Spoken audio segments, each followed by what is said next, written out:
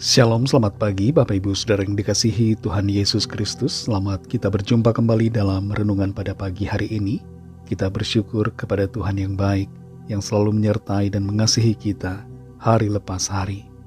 Doa dan harapan saya saudara semua ada dalam keadaan yang baik, sehat, penuh sukacita, kuat dalam iman, dan selalu berlimpah berkat Tuhan.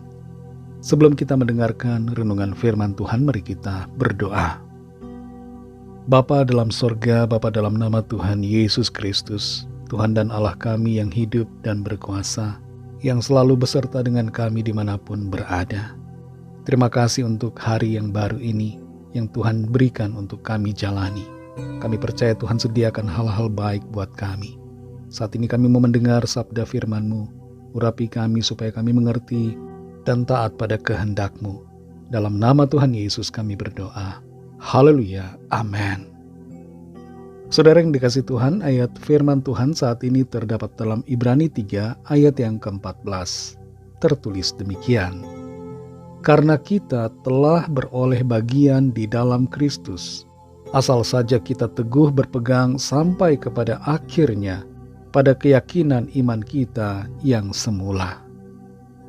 Saudara yang dikasih Tuhan, tindakan berdosa yang seharusnya tidak dilakukan oleh seorang yang terpandang akan memberikan pengaruh yang buruk, bahkan berdampak pada goyahnya iman. Itu sebabnya iman kita tidak boleh disandarkan kepada manusia, selain hanya kepada Tuhan.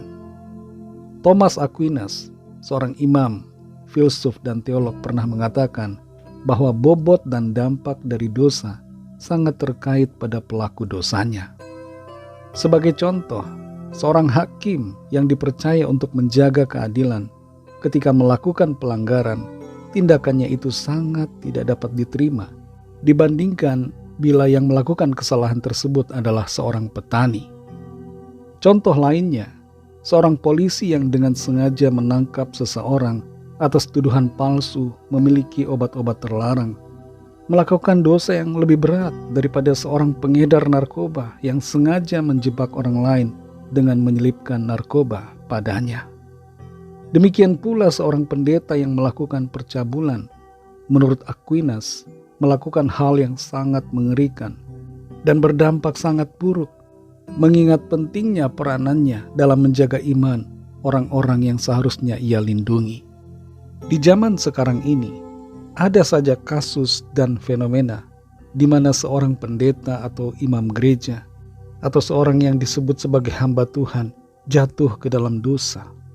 Akibatnya jemaat banyak yang mundur dari gereja dan ada juga yang murtad.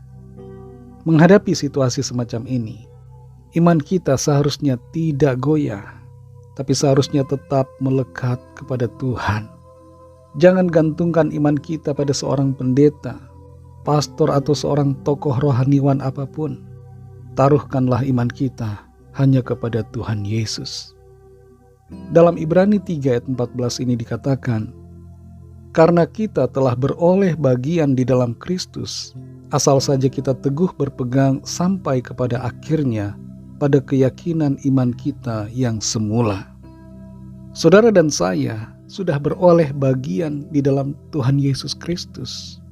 Apa bagian itu? Bagian kita adalah keselamatan dan kehidupan yang kekal. Bagian yang Tuhan berikan bagi kita adalah pengampunan dan pengudusan. Dan itu menjadi milik kita, asal saja kita teguh dalam iman kepadanya sampai kepada akhir. Dan itu sebabnya saudara, jangan sampai kita goyah ataupun mundur dari Tuhan karena berbagai hal yang terjadi dalam dunia ini, baik itu persoalan, tantangan, pencobaan. Jangan membuat kita mundur dari iman. Termasuk juga bila ada oknum orang-orang yang terpandang, oknum tokoh-tokoh rohaniwan yang jatuh dalam dosa yang memalukan. Jangan kita menjadi goyah dalam iman karena hal-hal itu. Taruhkan iman saudara, taruhkan iman kita hanya kepada Tuhan dan bukan kepada manusia. Itu sebabnya jangan mengkultuskan manusia, jangan mengidolakan manusia. idolakan saja Tuhan Yesus Kristus. Hanya sembah Dia, hormati Dia, jadikan Dia satu-satunya dalam hidup kita sebagai pegangan bagi iman kita. Saudara yang dikasihi Tuhan, adakah di antara saudara yang saat ini sedang goyah karena seseorang yang selama ini jadi panutan saudara, yang selama ini saudara teladani, tapi dia jatuh ke dalam dosa, atau dia murtad meninggalkan Tuhan? Mari jangan goyah, tetaplah beriman kepada Tuhan Yesus Kristus sampai kepada akhir. Karena kalau kita setia dalam iman sampai akhir, maka bagian milik kita di dalam Kristus, yaitu keselamatan dan kehidupan yang kekal, tidak akan hilang dari diri kita, tapi akan menjadi bagian milik kita selama-lamanya. Mari kita berdoa. Terima kasih Tuhan Yesus, kami mengucap syukur Bapa untuk firman-Mu yang kembali menguatkan kami, menyadarkan kami untuk tidak menggantungkan ataupun menyandarkan iman kami kepada manusia, tapi menyandarkan dan menggantungkan iman kami hanya kepadamu Tuhan Yesus. Engkaulah pribadi satu-satunya yang menjadi panutan kami, dan kepadamu iman kami sandarkan. Apapun yang terjadi di dunia ini, kami tidak mau goyah, kami tidak mau mundur dari iman, tapi kami mau selalu percaya kepadamu, setia sampai kepada akhir. Kuatkan setiap kami ya Tuhan, yang saat ini sedang lemah, sedang goyah dalam iman, supaya kekuatan dan kuasa Roh Kudus membangkitkan setiap kami, memberikan kekuatan yang baru, sehingga kami kuat di dalam Tuhan. Bahkan iman kami terus bertambah-tambah di dalam Engkau Tuhan Yesus. Terima kasih untuk firman-Mu. Meteraikan itu dalam hati kami, sehingga kami menghidupinya setiap hari.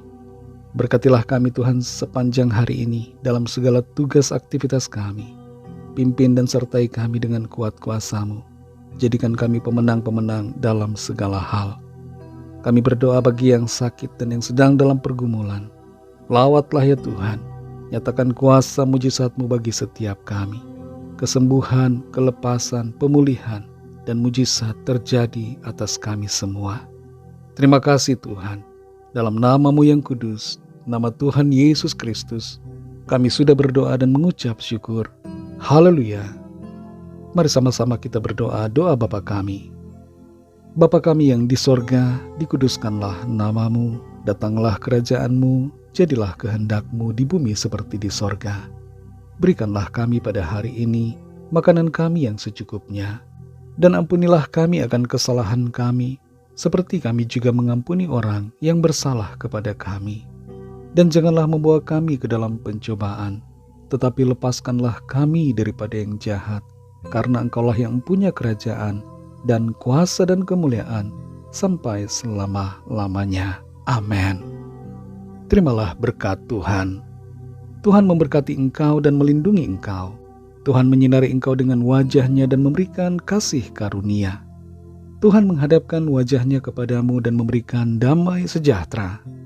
Berkat anugerah dari Allah Bapa, kasih karunia dari Tuhan Yesus Kristus, dalam persekutuan dengan Roh Kudus, menyertai kita semua, sekarang ini dan sampai Maranatha Tuhan Yesus datang kembali, dan bahkan sampai selama-lamanya.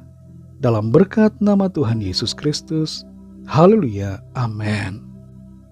Puji Tuhan, saudara yang dikasihi Tuhan, saya percaya firman Tuhan menjadi berkat dan kekuatan buat saudara semua, dan Roh Kudus akan menolong saudara untuk lebih lagi memahami kebenaran firman Tuhan. Tuhan Yesus memberkati saudara semua. Sampai jumpa dalam renungan yang berikutnya. Haleluya.